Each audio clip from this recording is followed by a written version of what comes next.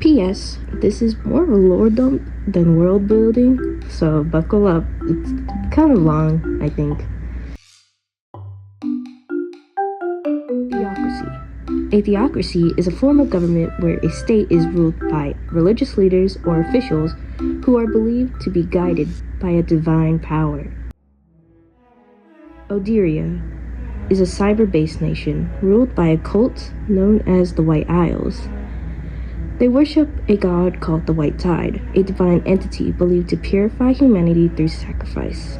Their religion originates from the cryptic book called The Tides, published anonymously in 1845. The book described a spiritual force that would one day cleanse and reshape the world. At first, it was dismissed as fiction, but over time, its teachings evolved into the foundation of an entire belief system. Before the White Isles took power, Odira was controlled by a corrupt oligarchy empire that ruled for decades. When the empire was mysteriously assassinated, the White Isles rose immediately after. To the public, they were looked at like saviors. There was no voting, no resistance, just a relief that the old rulers were gone. Until April 20th, 2033. For 3 days straight, the White Isles carried out what became to known as the Children's Massacre. Over 200,000 cult members went to house, city to city, murdering every child aged 13 and under. This is where our first protagonist begins, Massacre. I don't know how to say his name, so bear with me. Or his last name, at least. At 14 years old, Onre watched his baby sister Reiko get taken away from his family and killed in front of him. At the same time, 13-year-old Ayla survived only because her parents sacrificed themselves to hide her away, leaving her to be raised by a nursing robot. Then there's Azrael Moore. Unlike the others, he wasn't directly affected by the massacre, but he witnessed its aftermath. Everywhere, bodies scattered across the street. The smell of iron and nickels filling the air for days. It disgusted him. After the massacre, the White Isles tightened their control, using their connections to celebrities, corporations, and wealthy elites. They secretly constructed a massive barrier around Odira, dividing the nation into isolated provinces. Hakir, where Onre lives, Adaran, where Hay lives, and the Sovereign, where Azrael lives. The people were terrified into silence. Under the White Isles, Odira transformed into a hyper-advanced cyber nation. The cult provided food, water, education, and stability, but they also introduced something else, called Soul Surge. According to the Tides, Soul Surge is a hidden power dormant within humanity. Those who awaken it are called Serethis, individuals capable of seeing monstrous entities known as impurities, being born from human negativity. Adults could choose whether or not to learn Soul Surge, but children were forced into it through education systems controlled by the cult. 5 years pass. Then, on December 25th, 2038, the White Isles announced something called total purification.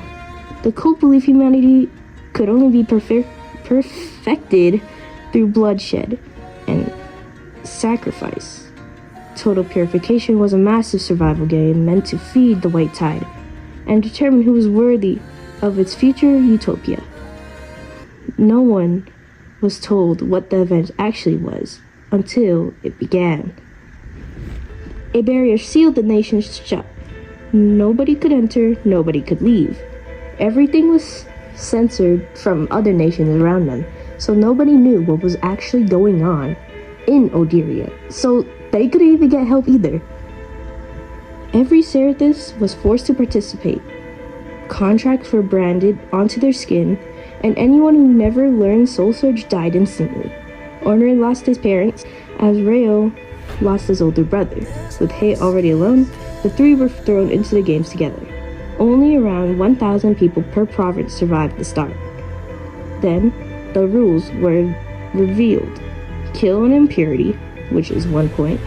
Kill a Serethis from your province is 5 points. Kill a Serethis from another province is 10 points. Kill the strongest from your province is 50 points. And kill the strongest from another province was 100 points. During the games, food and water were scarce. Supply crates dropped from the sky, water itself cost points. Vehicles were banned. Survival depended on entirely strength, intelligence, or brutality. At first, Onrey refused to kill. He fought impurities, helped strangers, and shared resources because he didn't want anyone suffering the same fate as his sister. During the second day of the games, he saved Hay from an impurity, and the two survived together for weeks. Eventually, they encountered Azrael, killing another Serathis over a food supply drop. Onrey and Azrael clashed immediately. Onrey saw him as heartless, while Azrael saw Onrey as naive. Hay stopped the fight, forcing them to share the supplies. From there, the three formed an uneasy alliance, but survival changes people. Food became scarcer, water became priceless, killing became unavoidable. Slowly, the three began losing themselves to the games. Onrey changed the most. His rage, power, desperation corrupted him. He became stronger than almost everyone else, gaining thousands of points through endless fighting. The same boy who once refused to murder was now consumed by survival. Eventually, Hay and Azrael could no longer recognize him. In the end, both of them died. Onrey was left completely alone. Standing at the top meant nothing. Every person he cared about was gone, and the blood on his hands could never be washed away. When the gates to the White Isles finally opened, Onrey stormed into the cult center in pure rage, slaughtering everyone in his path. But he too died in the end. And that's the most horrifying part of Odira. The games never truly mattered. After total purification ended, everyone was already dead. The barriers reopened, the massacre was covered up, and the sacrifices were spiritually offered to the White Tide.